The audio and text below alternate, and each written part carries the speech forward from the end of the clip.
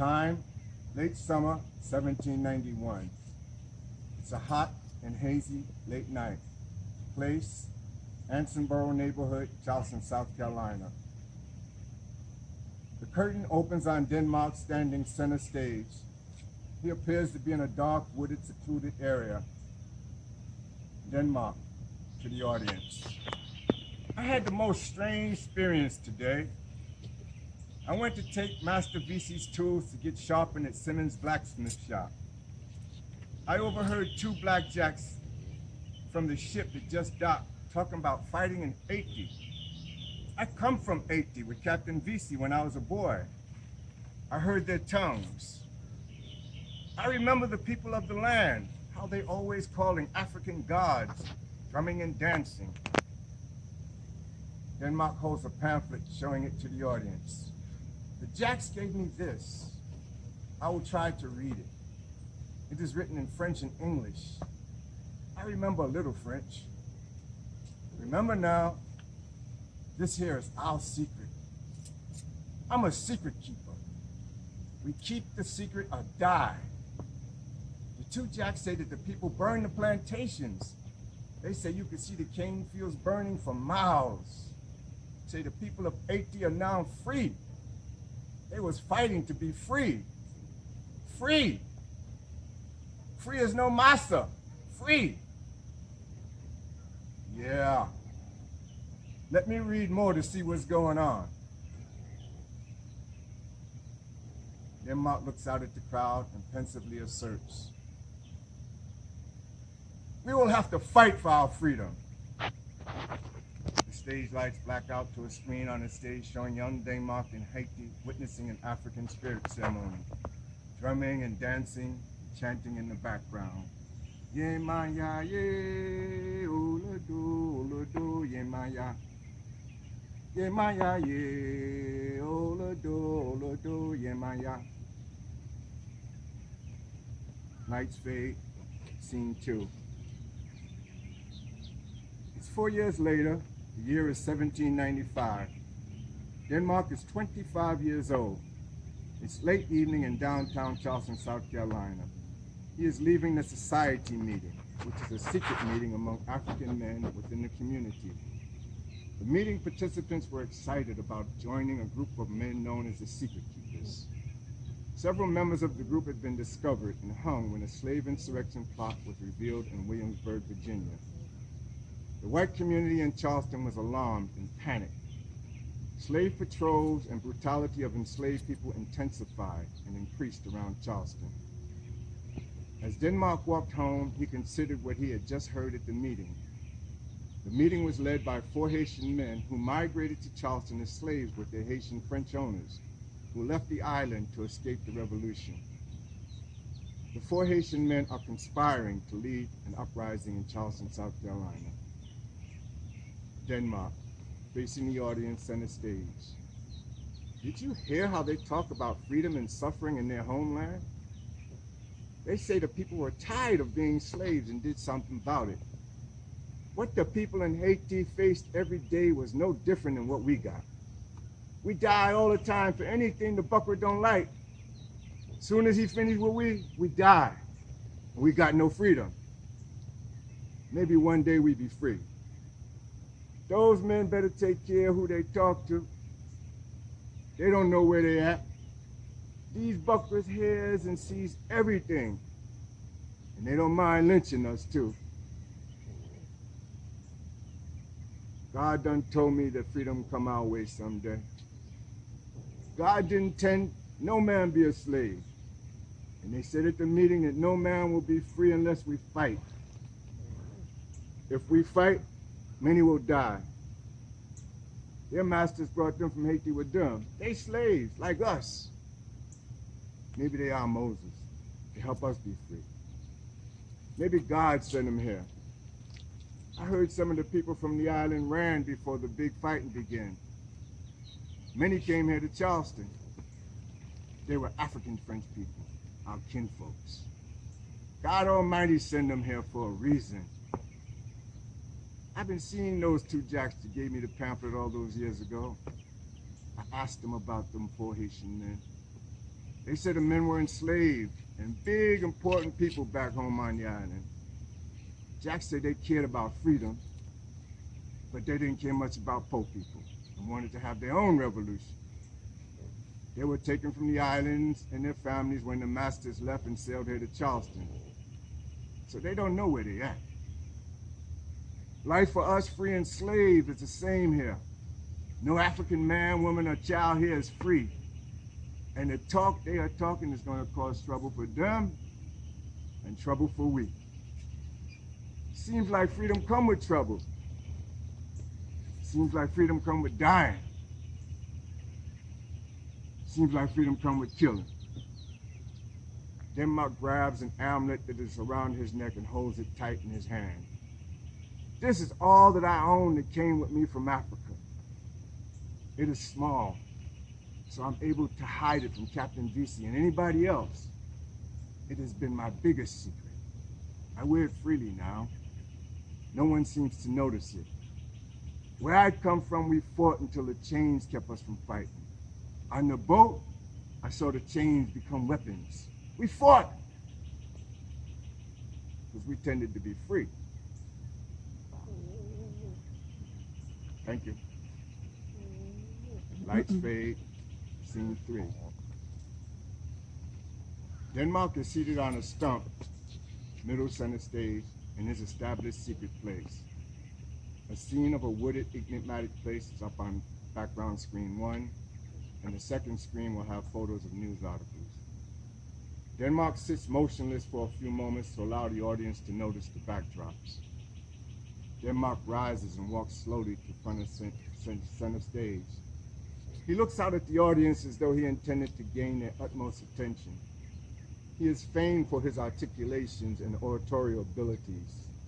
He is showing signs of his gift, even as a young man. Denmark. Welcome to our gathering. Me and my people are mighty grateful that you took time to come and visit with us. Please, sit a spell and let us tell you our story. Most of us were born someplace in Africa. Someplace the Gullah say is named Angola. Some say that is where the word Gullah come from. The Buckra like calling things as they want. So all the people that come on the ship who was from that part of Africa, the Buckra started saying the people were from Gola. And everybody started saying the people were Gullah. The name stick. I don't remember much about my home. We were boys when they took us. I remember the women and children crying. Strange men came into my village and killed my people. My father and uncles tried to fight. They were quickly killed. My father was shot when he tried to pull my sister away from the strange man. The loud noise from the stick that they pointed was frightening. And each time I heard the loud noise, another person fell to the ground. I had never seen such a thing. Me and my 2 brothers tried to flee. We didn't get far before they caught us. We were tied together. We were taken to a place 2 days' walk from my village. We were separated. The 3 of us sold to 3 different slavers. This was the last time I saw my brothers. Both of them were younger than I. Sometimes I tried to find words to speak about what I see in my head. I was a lad of 14 summers. I can still see the look of horror on my mama's face. How the Buckra and their hired niggas slaughtered and killed. First the men and old folk. Then they took the women and children. They beat and killed any who tried to fight them. I will never forget that day. I will cry for them and live to redeem them until the day I die. Denmark raises what appears to be a news pamphlet to near eye level and begins to read. Lights fade. Scene 4. Scene opens with Denmark in Captain Vesey's workshop. He is seated at a table. Books and papers are neatly placed on the table. Denmark is reading a document. He stops reading and begins scribing on a piece of paper. a photo of notes and letters that were given to enslaved persons granting them permission to visit another plantation or to travel any distance from their home plantation is displayed on screen 1. Period news articles about the hanging of 4 Haitian African men accused of plotting an uprising in Charleston is displayed on screen 2. Denmark rises from the table, looks intensely at the note that he scribed. He folds the note and takes great care to place it in a secret pocket on the inside of his breeches. He looks out into the audience with concentrated intensity. He looks as though he is trying to see something in the distance, perhaps the future. Denmark. Captain Vesey taught me many things. He saw early on that I was eager to learn. He saw me late at night trying to read his Bible by candlelight. After a while, he decided to help my learning. His niece was schooling his children in arithmetic and letters. One day when I was about 16 years old, he told me to join the children's lesson. I learned quickly. He was always impressed with my abilities. He saw that I greeted his customers in their natural tongues. I simply listened to how people greeted each other as they met in the shop or on the streets. People always seemed surprised and pleased to hear an enslaved person who knew their words. This was especially true of the bucklers who were slaves alongside of me. After Captain Vesey saw how fast I learned arithmetic and the letters, he decided to apprentice me to his carpenter. I watched every day as how Carpenter Johnson read from a stack of papers as he was building. Late into the night and early morning, I practiced drawing the fine lines. I showed a drawing to John. He took it from me and showed it to Captain Vesey. That was when I learned how to build furniture and homes. Mostly I could build anything now, if I have a plan. Customers don't always know what they want, so sometimes I have to make a plan. I finally drew the plans that I used to build his family house and shop. I knew other men that had been slaves who bought their freedom with money earned on big jobs. Sometimes the job was really big. After all, it was on our backs that Charleston and most things that you see was built. Everything I learned makes more money for Captain Vesey. He a smart businessman. He always tell me, I'm the best slave he got. His children were learning to be leaders in the industry, the business of slaving. Lettered businessmen, raiding, killing, pirating, capturing, enslaving, selling, and purchasing human beings. Main cargo being African slaves. Denmark exit stage. The audience is left to read and consider the content of screen 1 and 2. Scene 5. The scene opens with the lights rising slowly. Lights remain dimly lit. A silhouette of a figure lying on a cot is center stage. The figure is apparently asleep, but seems agitated in a dream state. A woman's voice speaks from a place seemingly very familiar to Denmark. In his dream mind, he tries to see the woman's face. He can't know her face, but he remembers his grandmother's voice. The voice called him by his grandfather's name, Babatunde! Denmark had not heard his name in many years. The voice calmed his spirit, and he rested in the experience. At first, he heard his family's tongue. The voice spoke again. Do not be alarmed, son. We have brought you to this place to fortify you.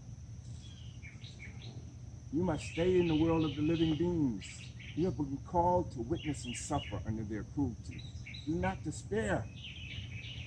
We are always with you. We gave you what you need for life when you were just a small child. It is in your head. You have used it well, my child. Life has not been soft for you, but your good sense, your good head show you the way. You are fearless and obedient to God Almighty. God and all of your ancestors bless you. Pay attention to the upcoming East Bay Lottery. Gamble, and you will win your freedom. The number is 1884. Denmark is so startled by this dream message. He had been having recurring dreams with numbers, never so clearly and revealing. He never saw or heard the numbers 1884, and there was never any mentioning of the East Bay Lottery. He simply thought that the voice was God's voice. He always intentionally listened to hear what God had to say to him. The voice is silent. Denmark sits up on the cot, facing the audience. This was not his first visitation from the ancestors. It was an ancestor that came to him as a boy and taught him to read the Holy Bible. It was an ancestor that told him to feign his sickness in Santo Domingo, the sickness that caused Captain Vesey to reclaim him. He remains seated for a few seconds, pondering. He stands, stretches, exits stage right.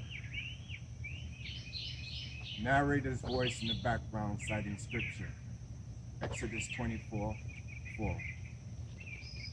If the master has given him a wife, and she has borne him sons or daughters, the wife and her children shall be her masters, and he shall go out by himself. The year is 1797. Denmark marries his second wife. He is nearly 28 years old. This scene will show a well-attended festive Gullah wedding. African and white Charlestonians are celebrating together. The mood is lively and familiar. The band is composed of a few local African musicians. Denmark. Some say that Captain Vesey was a good master. They say that he never made my life hard, like the others. They don't know the hardships and cruelties that I have seen that were commanded by Captain Vesey. Many women and children were brutally beaten and killed.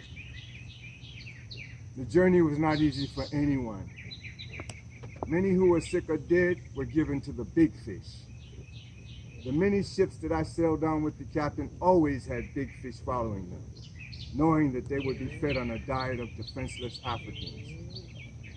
I have never met a good slaver, or a truly happy slave.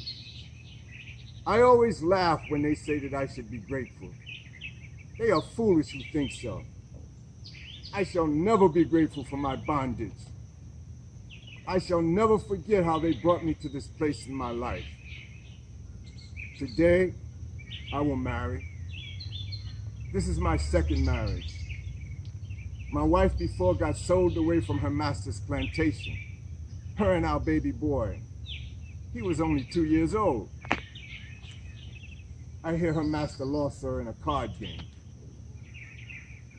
I don't know much more about their fate. Nobody that I knew on earth could do anything to help us. Captain Vesey said that it was not his business to tell another man what to do with his property. They just came and took her away. I wasn't even able to say goodbye. Perhaps it was best. That might have been my time to die. Could a man stand and watch his family be stolen from him? The bonded man has no freedom. The bonded man has no weapon. We are expected to hush up when they beat us. We are told when they come in the night, drunk and smelling of filth, to take our women, to be quiet. We cannot protest. What am I to do with this outrage?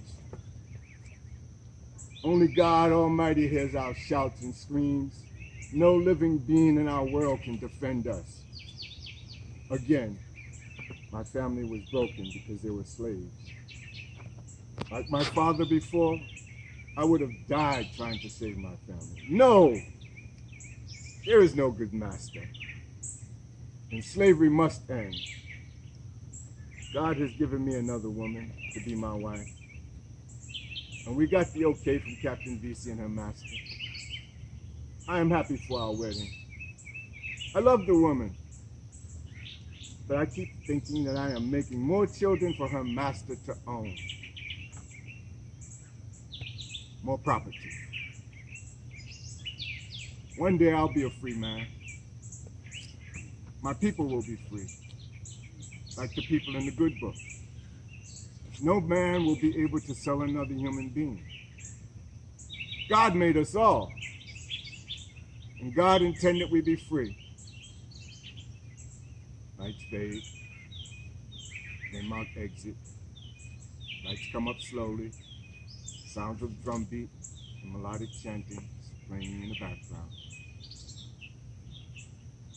Asesu yemaya, yemaya asesu, asesu yemaya, yemaya asesu, yemaya olodo, olodo yemaya.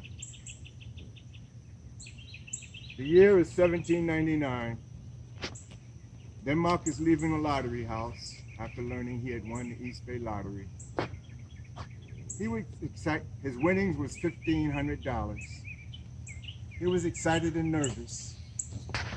He wondered to himself, to whom could he reveal his good fortune? Knowing the danger of telling anyone so soon, he decides to go directly to his quarters at the back of Captain Vesey's shop. He walks quickly to his sleeping area. Once inside, he pulls the curtain shut behind him. He falls to his knees. He prays. Almighty Father in heaven, I kneel before you to give you my humble thanksgiving for the miracle that I have witnessed in my life today. I thank you. It has happened as you said it would again. I am a witness to your magnificent grace, mercy, and generosity towards your servant. Lord, I can't say that I understand your ways. Why you favor me, a slave like all the other slaves, to see the things that I see, the places and things that I know. Why, Lord? Why? What am I to do with this fortune that you have given me? Will Captain Vesey sell me my freedom? He always reminds me how important I am to his business. He helped me to learn the things that I know. But Lord, you fixed my mind so that I could receive, understand, and use the things that I learned. Captain Vesey don't need me no more.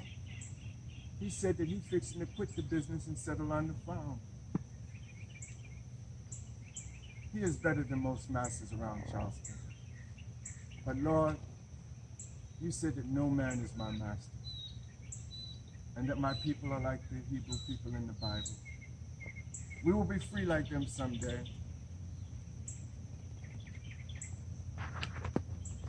I will ask Captain Vesey to sell me my freedom. Imagine that, asking another man to sell you to yourself.